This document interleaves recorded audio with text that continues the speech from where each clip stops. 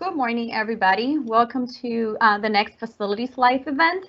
Today's topic is General Review of the KDE Capital Construction Process 702 KAR 4160, and we will also review a series of flowcharts.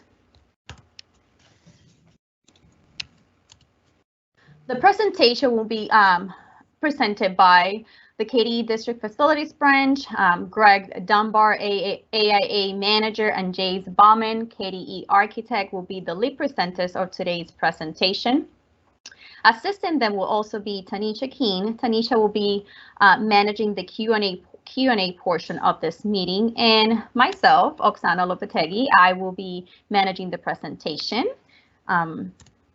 Remember that you can submit questions using the Q&A feature throughout the presentation. The Q&A feature is in the Teams live event. We want to make a note that all questions will be addressed at the end of the presentation. They will be managed as mentioned by Tanisha, but they will be addressed at the end of the presentation. And now I'll turn it over to Greg. Thanks, Oksana. Good morning. As we've discussed in past webinars and presentations, District Facilities Branch administers regulations related to district facility planning, capital construction, and real property matters. This slide summarizes those regulations except for the property regulations. Some of these topics, as I mentioned, have been discussed in earlier presentations. And to find them, go to the main KDE Facilities webpage and find Facilities Branch Live Events / training for both the PowerPoint and the recordings. They include district facility planning, funding related to planning and capital construction, FactPack, which is the SharePoint system we use for the capital construction projects, which is currently being enhanced to include the site acquisition process. We've talked about the use of ESSER funds, and most recently had a webinar presented by the Department of Labor related to the Davis-Bacon wage rates, which are required using federal funds for a project that exceeds $2,000. Today we're going to focus on 702 KAR 4160 capital construction process. Next slide, please.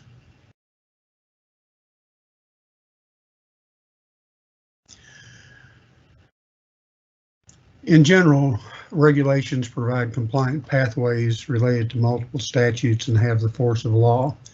702 KAR 4160 embodies many statutes and relates to other regulations. In terms of funding, we've provided training on this, as I mentioned, it's on our website. Statutes related to bond sales by statute and regulation. KDE must approve the sale of bonds for capital construction projects. Also by statute, projects are to be advertised in publicly bids before bonds can be sold. Section 3 of the reg is titled Local Board Oversight Responsibilities. It's fairly lengthy and I won't go into details of that today. It also relates to employing design professionals. Architects or engineers are required for projects funded with public money unless they are only repair and maintenance. Repair and maintenance is defined as not changing the original characteristics of the original design. The regulation also embodies requirements for insurance, professional liability insurance for architects and engineers, as well as workman's comp and general liability for the contractors that are employed for the project. We use the term bonds, relates to several different things. In addition to the bond sales, statutes require bid bonds for projects estimated to be more than $100,000 and gives districts the ability to set a lower amount if they so desire. Also, statutes require performance bonds that are needed in the event that a contractor should fail to perform the work, and a payment bond in the event that contractor does not pay for labor and materials associated with the project. Also discusses KDE's responsibilities, specifically District Facilities Branch, in terms of plan review and document review for compliance with the regulation and all the above, including my personal favorite, water bottle filling stations for new buildings, statute that I keep trying to have taken off the books, and we've moved in conjunction with Division of Plumbing into the Plumbing Code to try to eliminate our review. And our statutory reporting requirements related to the need, unmet need report that we do every 2 years, and the efficient school design report that we do every year. Next slide, please.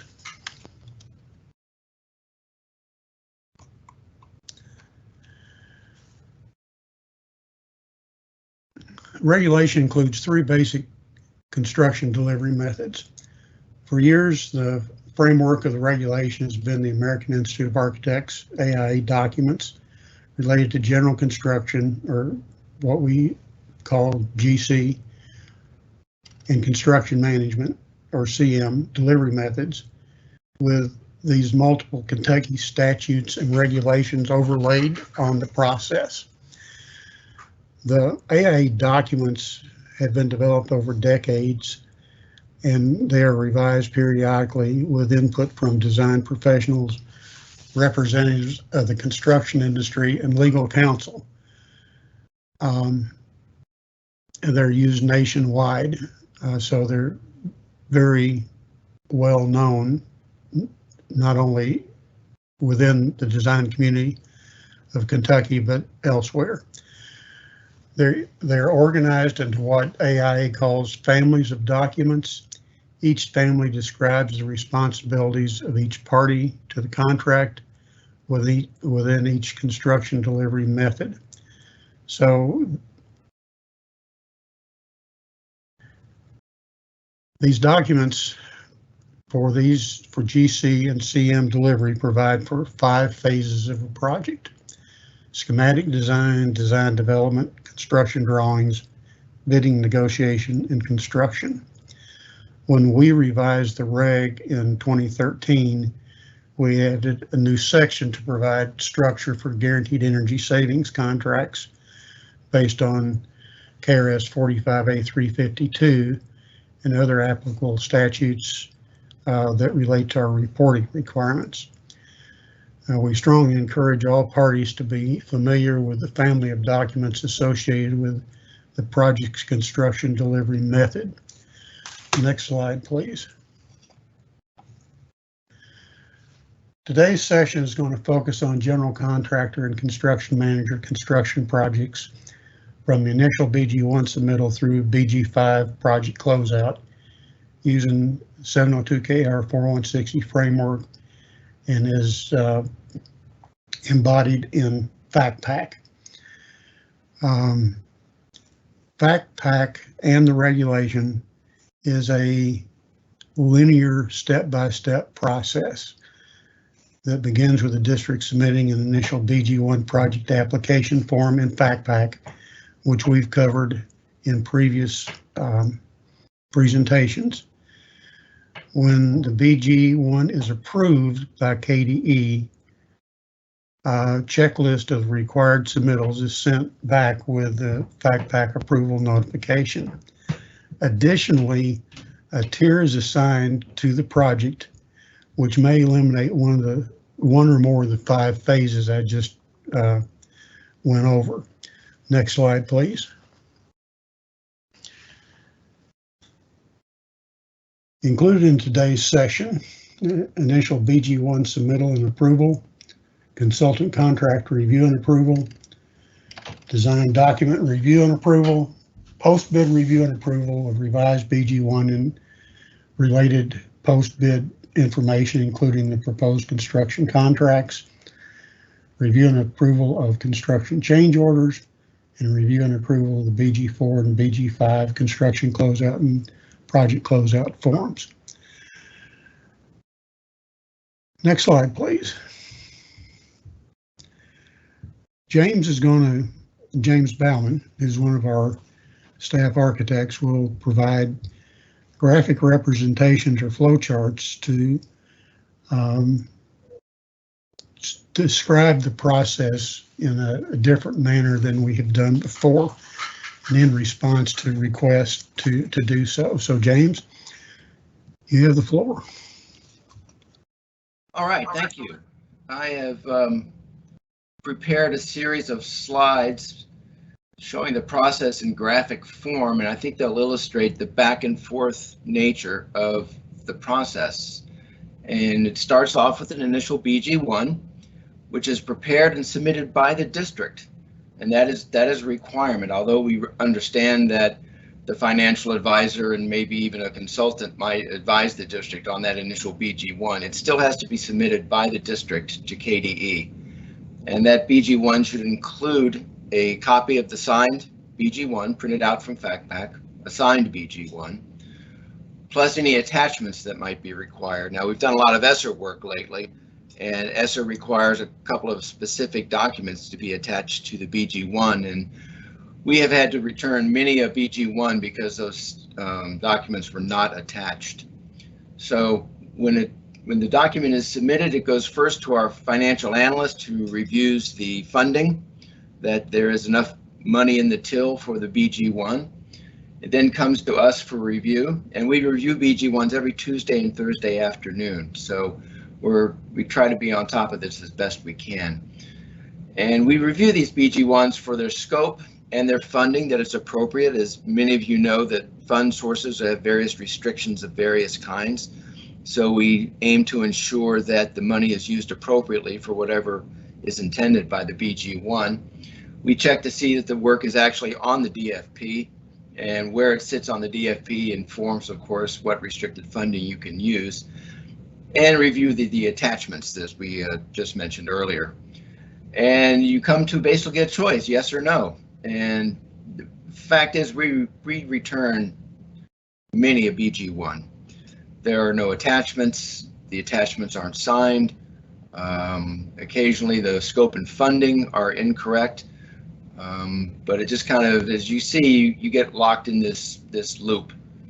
And so the advice I could say is, please call us if you have any questions before submitting, because one call will save us days of time.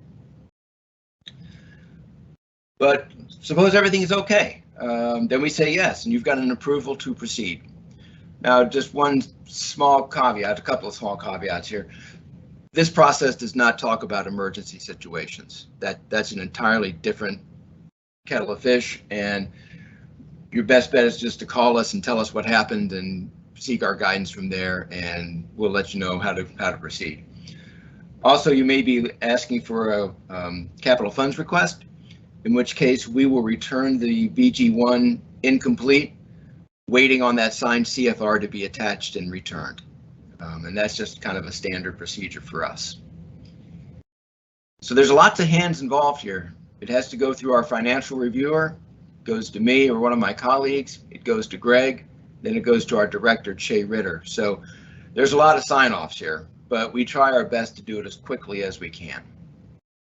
Next slide, please. So Greg mentioned tiering a few minutes ago, and this is a internal process here at KDE we developed a few years ago in an effort to streamline reviews and processes. The issue was raised that many boards just meet once a month, and if you're putting a new roof on a building, do you really need to go through 3 separate reviews a month apart, which just slows everybody down. So we developed a formula based on the scope, on the funding sources, on the program complexity and the cost. And the result of that is that projects are assigned a tier. When you get an approved BG1 on the top of FactPack, it will tell you what tier that is. And the upshot is that it will remove one or up to all design document reviews. A tier 4 project has no document reviews at all. And generally that's for projects that don't deal with model program areas, that are funded with general funds, no bonds. It just depends. So, and so far it's worked so well. I don't think we've had any blowback from any consultants or anyone here. Now the project tier can change if a revised BG1 is submitted. Typically that changes at post bid because the bids came in high, or maybe a funding source has changed from a general fund to a restricted fund. But given that tiering basically affects design reviews, if the tier changes at post bid, it's kind of water over the dam. So there's not much to be done about it at that point. Next slide, please. So here we are, you've got an approved BG1, you've got a tier assigned. So now you have to get your contracts in order. You have to get your architect, and if you need one or want one, you get your CM together. And you submit those contracts to us for review. And I will say that AE and CM contracts probably go through 90–95%, get them right the first time. The only things to watch out here for are if it's over $1 million, you have to advertise for your architect and you have to advertise for your CM. So I get lots of districts that call me and say, we're going to hire these guys and we're going to hire those guys. Well, that's nice, but you still have to go through a process, a public process, and you have to show us when you submit the initial contract that you did in fact advertise and approve the contract by the board. Next slide, please. Okay, we're going to start showing just the back and forth for the design document phase. And understand that this is a design bid build project. It is not a cooperative purchase. It is not a GESC. So, and this process is impacted by tiering. This is assuming that this is a tier 1 project with all the required reviews. I will tell you that upon occasion I have waived a review even though it's not required by tier, just because there's a hiccup in the tiering process, and you know, the district will just say, hey, do we really need this? And Greg and I will get together and we'll decide that's okay. Typically, that's a project that is technical in nature, the aforementioned roof projects or maybe an HVAC replacement. I'd say it's a safe bet that though if you're messing around with model program areas, you're going to need at least 2 or maybe even all 3 reviews. So the consultant in the district work out their schematic design, and we always like to be informed of this process a little bit before we get them. But then we'll get the schematic design in, and we'll review that based on the model program. And again, as I said, if you're dealing with model program areas, you'll need to submit a program comparison, what the model program area requirements are by 4180, the planning manual, what you have now, and what you're proposed. Sometimes you can find a lot out when you start actually comparing what spaces you have and what you need and what you should have. We'll look at the site plan, we'll look at the floodplain, we'll start looking at 4170, which has a lot of site requirements there, technical requirements as well, but we're not there. And the infamous SEPTED checklist, which is required to be signed by the district. I know there's a little bit of confusion, a lot of that's probably my fault, but statute requires that the SEPTED checklist is in fact signed by the district. So again, it's a yes/no issue. If it's no, then we'll make our comments and say, come back and do it again. And that's just the fact of the matter. You'll have to come back and resubmit. If it's yes, you can go to design development. And again, this is where the consultant and the district get together and refine the process. Next slide, please. So here we are in DD. The main things here is that you've got to submit the BG2 energy report and the BG3, which is a preliminary budget. We understand that these days BG3s are turning into pretty much of a crapshoot, but do your best. We also talk about a wiring checklist. We're in the beginning stages of talking to OET about that. There may or may not be some changes here, but they have approached us about the wiring checklist and making sure it's what it should be today. Now, something I didn't mention earlier, right-of-way confirmation and right-of-way work. If your job is going off-site and you've got to build an entrance that's going onto a state highway or even a local highway, get a hold of KYTC, get a hold of the local authorities right away. We're going to need a funding commitment. That's not in regulation, that's not in statute, that's in the Constitution of Kentucky. So we don't have any real choice about that. And the sooner you get a hold of that, the better, because sometimes that process can take longer than I think it should, but there's not much I can do about that. So here you are, you're at DD. At this point, generally schematic, again, you should have everything really scoped out unless you and the district have decided to go in a decidedly different direction from your schematics. DD designs and reviews are typically not too great on my part. In fact, this is a review that I would waive in some instances. If it's a schematic and say all it is you're replacing all the mechanical equipment and the ceilings and lights, then no partition changes, then we could look at possibly waiving this. So you've got our approval to proceed to construction documents. Next slide, please. Here we are at CD. You're going to submit them to us, and my sense with CDs is that from a KDE standpoint, basically all the thinking should be over. This should be pretty much a pro forma review. A couple of things though we do look at. Have you made the transmittals? Are these bid documents that you've transmitted to the local building authority? I just got a set of documents a few weeks ago that they were 95% and they were incomplete, and I wasn't real happy about it because incomplete documents don't do anybody any good on this side of the aisle. Have you submitted them to the regulatory agencies as well?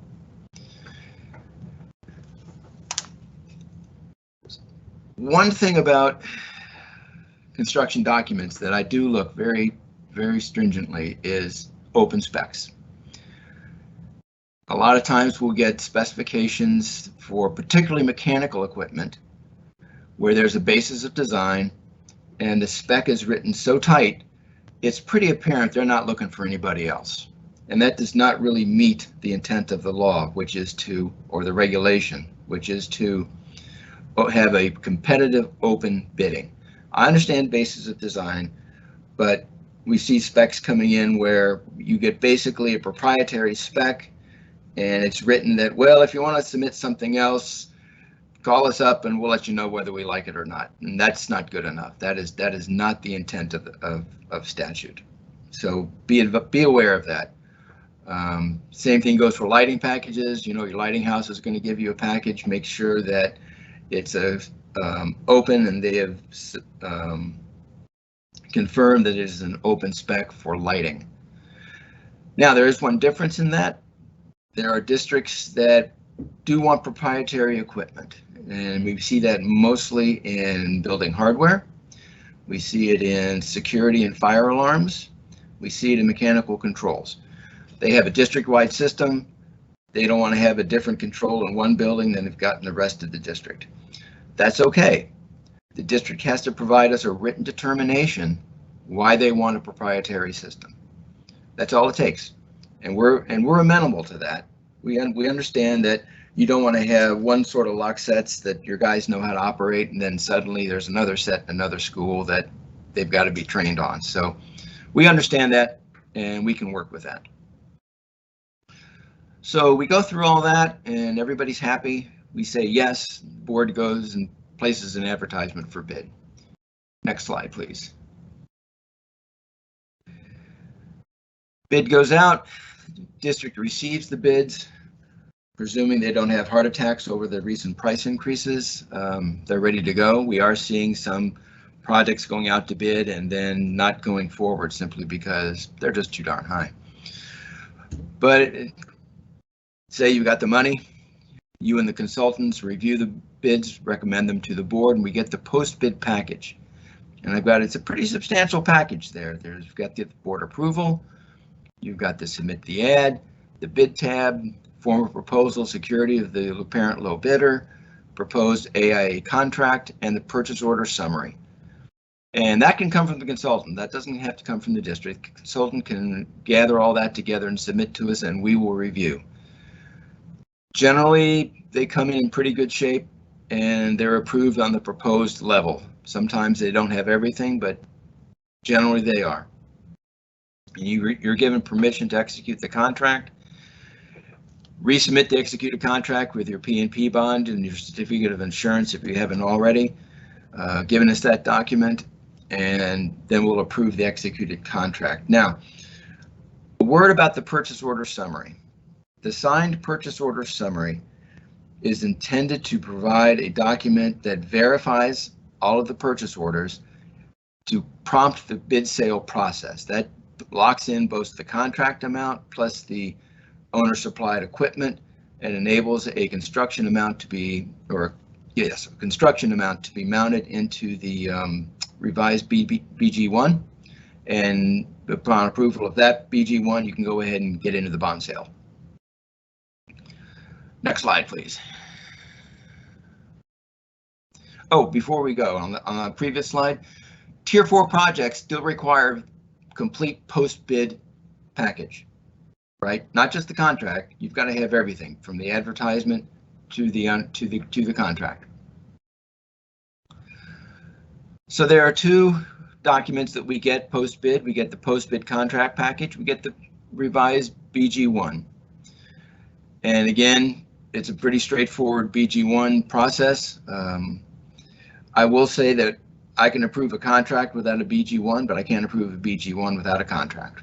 So if I get a BG1 post-bid and there's no contract data because you're having trouble getting a hold of the contractor or getting your purchase order summary signed, I'm sorry, but we've got to hold on to that BG1 until we have a contract amount. Again, if everything is good, if we've approved the revised BG1, you can get to the bond sale. We are not going to cover the bond sale process in this presentation. We are going to cover that in a following presentation. Our financial analyst handles that, and to be honest with you, the process is something of a mystery to me. So we'll cover that at a second date. Next slide, please. As far as construction administration goes, we don't have much to do with it other than it's just change orders, and anything under $25,000 is submitted to us executed. Anything over $25,000 goes through the two-step process. And generally, again, understand this, I'm speaking for myself here, not my coworkers, but generally, if I'm not going to argue about a change order unless something just seems so glaringly wrong, in which case I'll ask some questions, and generally that's just because I'm not on site, I'm not involved in the project day to day, and there are issues and factors at play that I was not aware of, and that usually clears up 99% of my questions right there. Next slide, please. Then we go to closeout, and these are the BG4 and BG5s. The difference, BG4 closes out contracts, BG5 closes out the project. So a project could have one BG4 if it's a GC. It could have many BG4s if it's a CM, because every contract will have to have a BG4. It's fairly straightforward. BG4s come straight out of FactPack, so the numbers are always correct, or should be. If they're not, something is very strange. But we approve the BG4s, whether there's 1 or 15. We total all the well, we don't total, but the district takes the total of all the BG4s and all other project costs, AEs, geotechnical, all the miscellaneous costs that the project involves, totals them up and prepares the BG5. It's submitted to us. We review it. We do return BG5s upon occasion because sometimes they'll spend more money than it's in the BG1, and they'll submit a BG5, but not a revised BG1 to cover their costs. So you have to submit a BG5 and the BG1 and the BG5 have to agree. Now, one thing you can do with a revised BG1 is that you can make it match the BG5 exactly, and that way there are no residual funds. If the BG1 for some reason is over the amount that was spent, then you've got residual funds, and that's some bookkeeping and accounting the district has to keep track of. Once the BG5 is approved, though, project is closed. It's done for, and we can all go on to bigger and better things. And next slide. That may be it. It is. I'll give it back to Greg. All right, thanks, James. I had some additional comments regarding work in public rights of way. We published an architect memo a few years ago that sort of detailed that process. If you don't have one, please email one of us and ask for it, and we'll send it to you.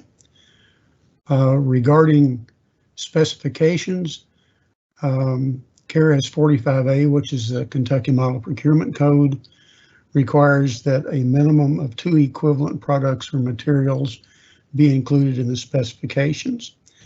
As James noted, there are exceptions, but those exceptions require written determination pursuant to KRS 45A 355. Also talked about change orders. Change orders need to be submitted in a timely manner. Yes. It is unacceptable to us, and it should be to the district, to wait for months on end before submitting them and submitting them in a bundle, for lack of a better word. One of the things that we do in our change order review is to compare the amount of change orders relative to the contingency. And we can't approve a change order when the contingency has been exceeded. So that's sort of a point of emphasis related to change orders. We do appreciate you joining us today. We hope you found the presentation informative. Next month, we'll briefly review issues associated with use of federal funds, Davis-Bacon wage rates, as they relate to bidding documents, which won't take very long, because it really relates to the instructions to bidders and supplemental instructions and the need to include those wage rates that are available at the time that the advertisement for bid is made, and include them in the bidding documents as information available to bidders.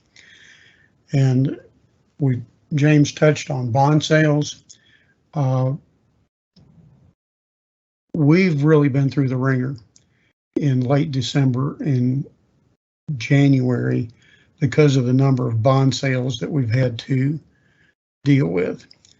That's partially due to at least a dozen districts not using their 2012 offers of assistance from SFCC until the very last minute. And we really need to get, and there's an architect memo about that too, by the way, and it'll probably be the topic of our next presentation. We need post-bid information. We'd like to have it 3 weeks before.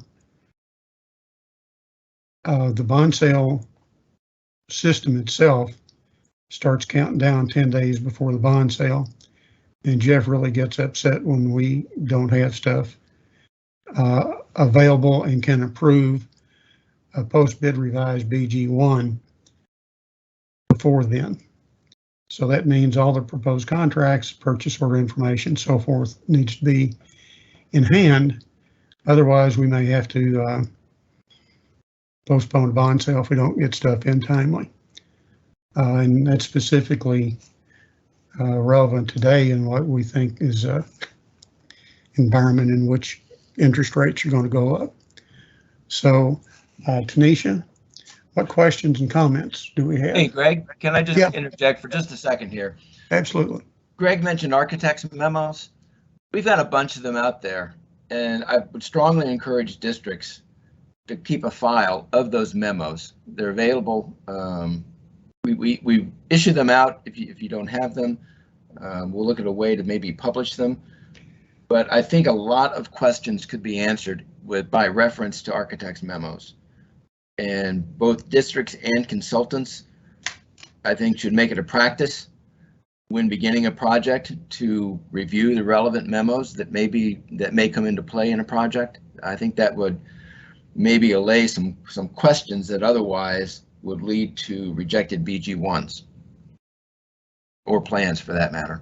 Yeah, thanks, James. The intent is to go through all 50 of them and see which ones are still relevant and post them on the website.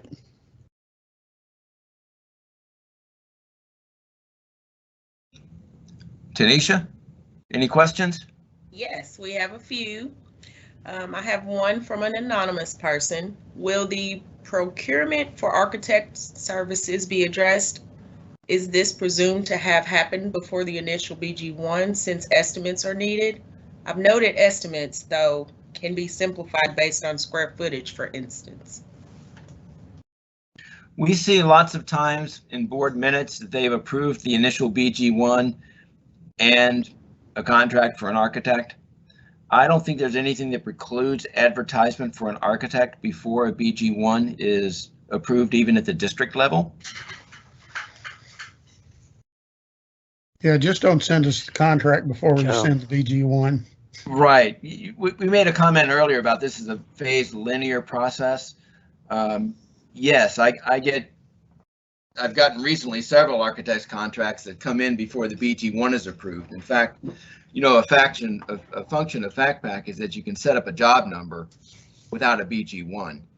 And, you know, some people just try and jump the gun there. And it just leads to confusion on our part. It kind of clutters up my inbox that I've got a contract I can't do anything with for sometimes several weeks.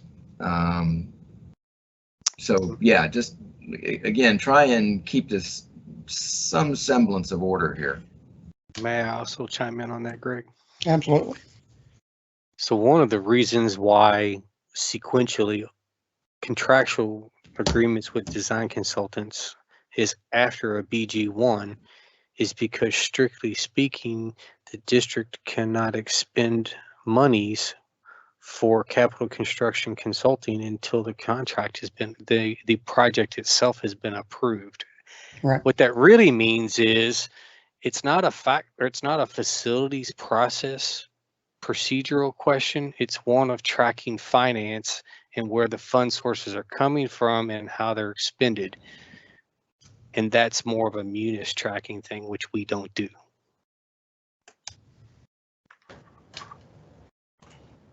Okay, on to the next question.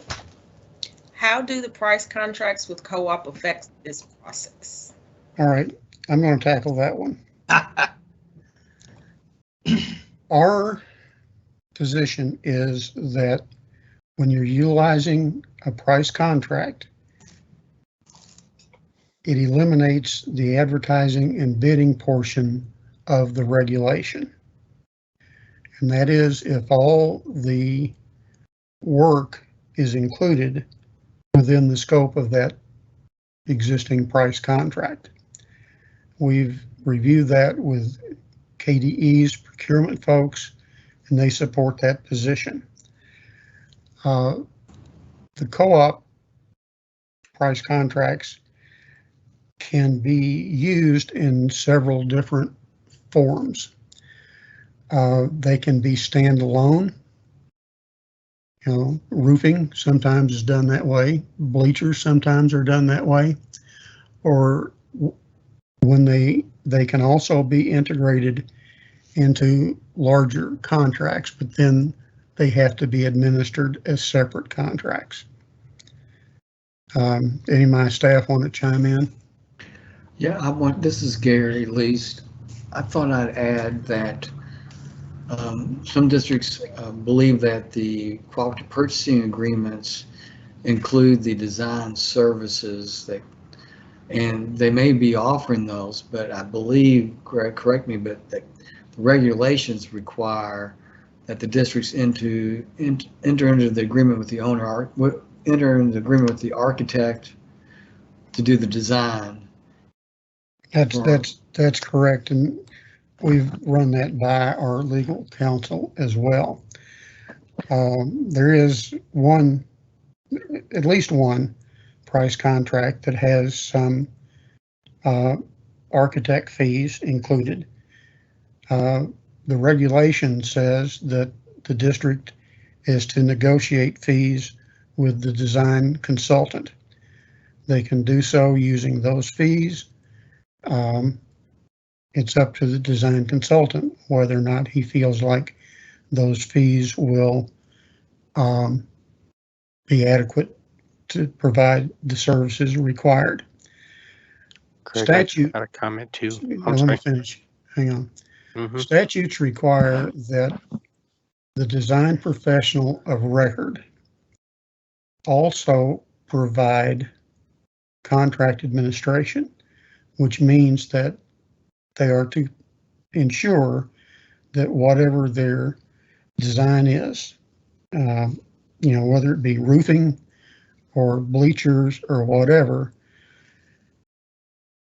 the design and the specifications are followed during the construction of the project. That's not a KDE regulation. That is a statutory requirement.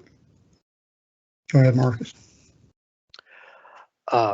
Greg was commenting earlier that if you have a cooperative purchase agreement that's part of a larger project, that you always have to have a separate contract.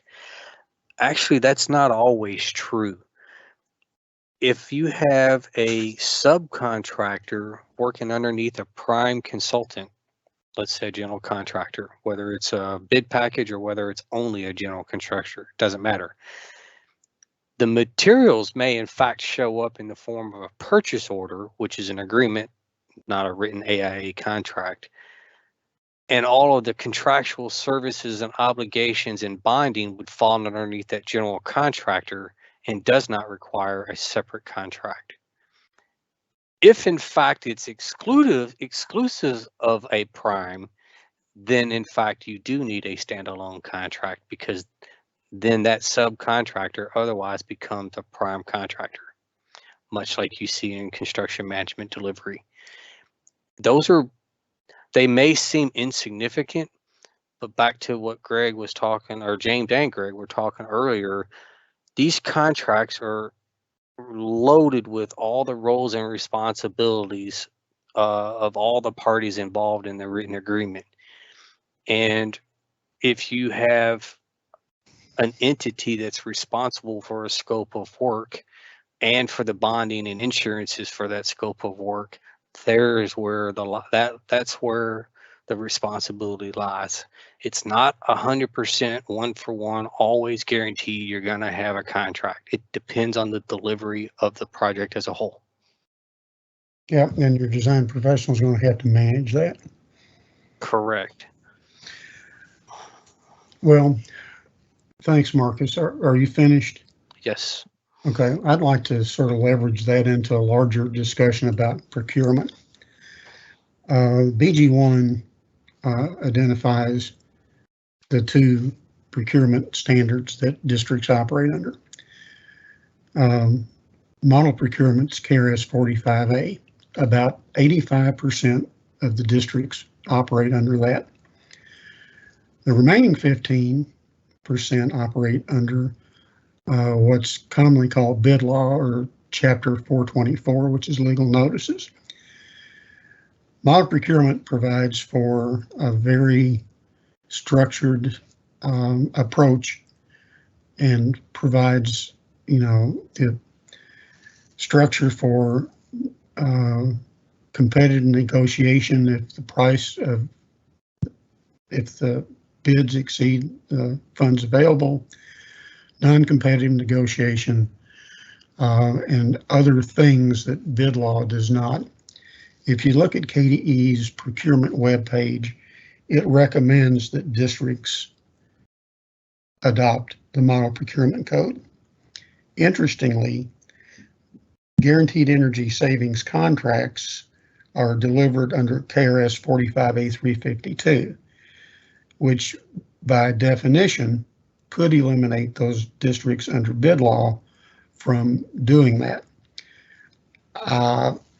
We have an example in the past where a district operated under bid law and selected somebody, and they were challenged by a competitor of the qualified provider the district selected, and the district ended up changing from bid law to model procurement.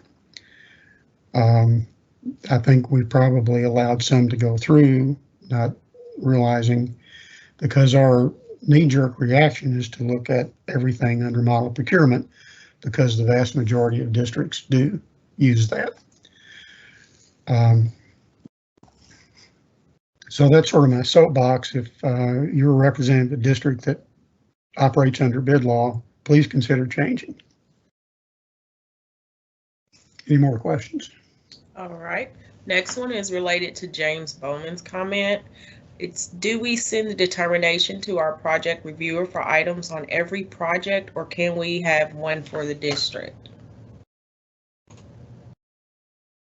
Can I add, I'd like to address that. I meant to add that. We also permit districts to entertain alternate bids for owner preferred proprietary items. And that way we feel like they're still getting the competitive bidding for the non-proprietary specs. And it's transparent that when the board is reviewing the alternate bids, they can see what the premium is for the proprietary item. And so we have often utilized alternate bids to allow districts to consider proprietary items. Yeah, Gary's correct there. I will say that by and large, the alternate bid tends to be $0. Yeah, because you don't get one, they know what they want.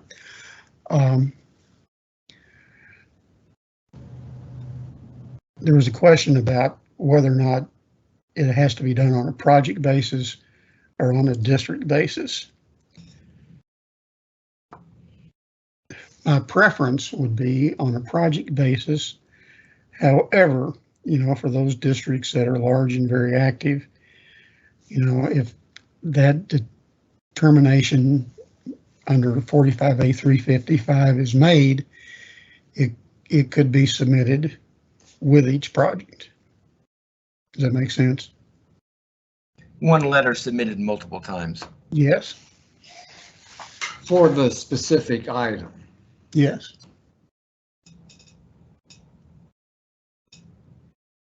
Okay. Next question is asking for guidance on best practice on procuring architect services. Example, when is the best time? When is the best time? Correct.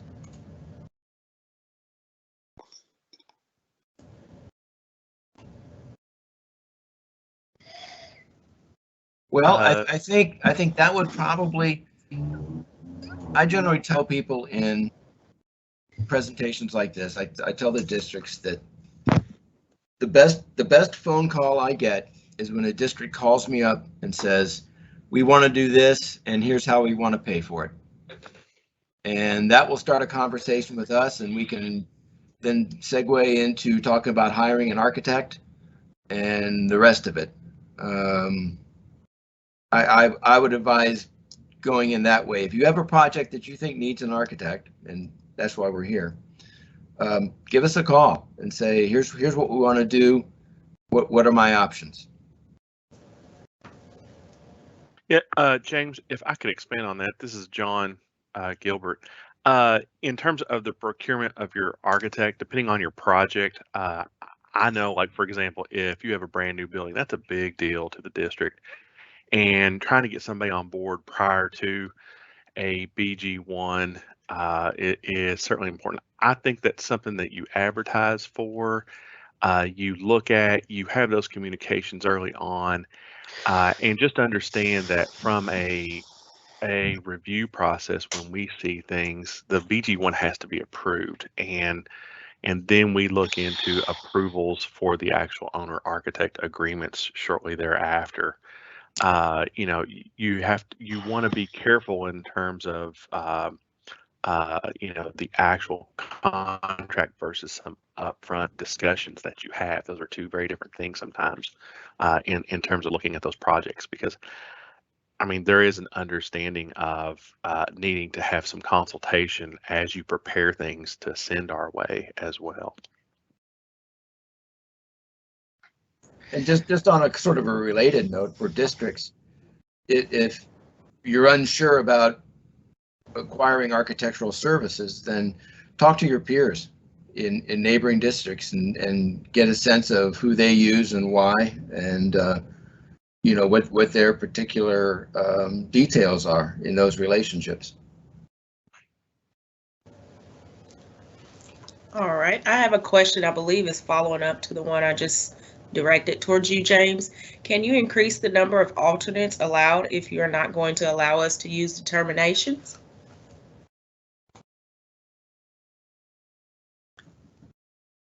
I think are not alternates limited on the form proposal? Limited to 10.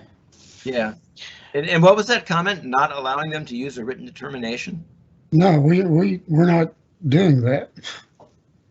We're not. I've not seen one happen ever where Yeah, a determination was. That's the district's prerogative.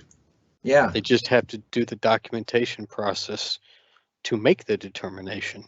Right. Right. We do require districts to use up one of their alternate bids to identify cost of work within a right-of-way that we have to know how much that is. That's true. So that's just one of the 10 slots that we mandate that they have to use in that situation. But that's not for proprietary stuff. That's because of the financing involved with third-party right-of-ways. But the question had to do with how many, you know, if they're going to use up all their alternate bids, and if they happen to have a job where they have work within a right-of-way, instead of 10 available, they're only going to have 9 because we're going to make them use that 10th one. Correct. For the right-of-way. I was just making that. It's a good point. It's a really good point. I would like to think 9 is enough. Well, I would too. It would be rare. You know, the next question says, in this bidding climate, can we increase the number of alternates for cost control? And I would say, I think we can do that. Yeah, that's for the district side. What that does is it allows the Board of Education some flexibility ultimately in what they accept. But there's inherent risks in that too, because if you have a large amount of alternates that have the potential to have a large amount of construction costs associated with them, just because you don't accept them at bidding doesn't mean that the design consultants who prepared those documents don't get paid. And that has been a source of contention and frustration on both sides of the owner and the consultant, because design consultants, rightfully so, expect to be paid for the services rendered. Whether or not you accept that work is not a requirement of payment. Right. So the design consultant would be billing for 80% of the fee related to that particular portion of work, and not the remaining 20% that is associated with the contract administration of that portion of the work. Right. I mean, we're talking really high level stuff that the Kentucky Department of Education doesn't micromanage, but we're only bringing that to light because, you know, in global conversations that are broad based like what we're having here, if a Board of Education has a project and they're very strapped for money, these are very significant and can ultimately cost very sizable amounts of money that the district may not appreciate or even understand, that when you're offering designs that are kind of far reaching and have the potential of exceeding their ability to financially accept at bidding, it has put districts in a pickle. And though we don't manage it, it is worth being aware of. You should always be cognitive that you're designing within your means, not for a shopping cart to necessarily just pick and choose at bidding, because you may not be able to afford to have the design on the front end to begin with. Again, we don't manage that. At the end of the day, those AE fees are going to be managed locally, and as long as you've got the money to pay for it, that's acceptable.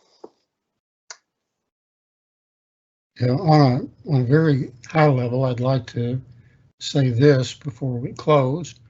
Currently, there's a $7,500 threshold above which districts have to advertise and bid construction type work. And local agencies, not school boards, the threshold was raised to $30,000 maybe 2 sessions ago. I don't remember, but we've recommended that that threshold be raised for school districts to the same level. Also, as a result of the task force that we've been participating in, and also some previous legislation that got derailed by COVID, there's some consideration, we think, being given to a blanket elimination of sales tax on materials related to capital construction costs for public school construction. If that's the case, that would get us all out of the purchase order business, which is, and put the burden on the contractor as far as reporting to the revenue cabinet. So we're going to have to just wait and see what the legislature does with those two things. Got one more question, Greg. Okay. Can you touch on the use of allowances in the bid documents? We've seen many denied even when the owner has requested them, and the amounts are transparent, not hidden. Well, there's a couple things about allowances. Allowances should have a separate section in the project manual. That's good specification writing practice. And allowances should also be supported by unit prices. You know, we frequently challenge lump sum allowances to just say, all right, are you just throwing a number at this, or is there reasonable justification? And that usually relates to, you know, poor soils or something. We do allow allowances for, say, brick and things of that nature. But again, you know, for other things, there needs to be unit prices to support any adjustments to those allowances that might occur. This is I hope that Gary. answers your question, or somebody else can jump in too if you want to. I'd like to add this, is that Greg reminded me that I'm now on my 13th year here at KDE, and when I first started, we had a lot of bidding documents that just had totally unspecified allowances. They weren't even, they were just general throw in an extra $50,000 into the bidding documents. And we got into a habit when we learned to, you know, start becoming aware that this was a common practice, it was somewhat common, we stopped allowing allowances. But that sort of evolved into districts learning that, yeah, we would approve an allowance if it's for something specified. So I typically will I'll permit almost any allowance as long as it's for a specific item and they have a justification for the size of the allowance, or, you know, what the allowance is based on. And as Greg mentioned, a unit cost in the bid form, so that you could make adjustments to that allowance. So I think if allowances are being disapproved, it's probably going back to the days when we were disapproving all allowances, because so many of them back in the day were totally unspecified. And that's where I think that whole disapproving allowances got started.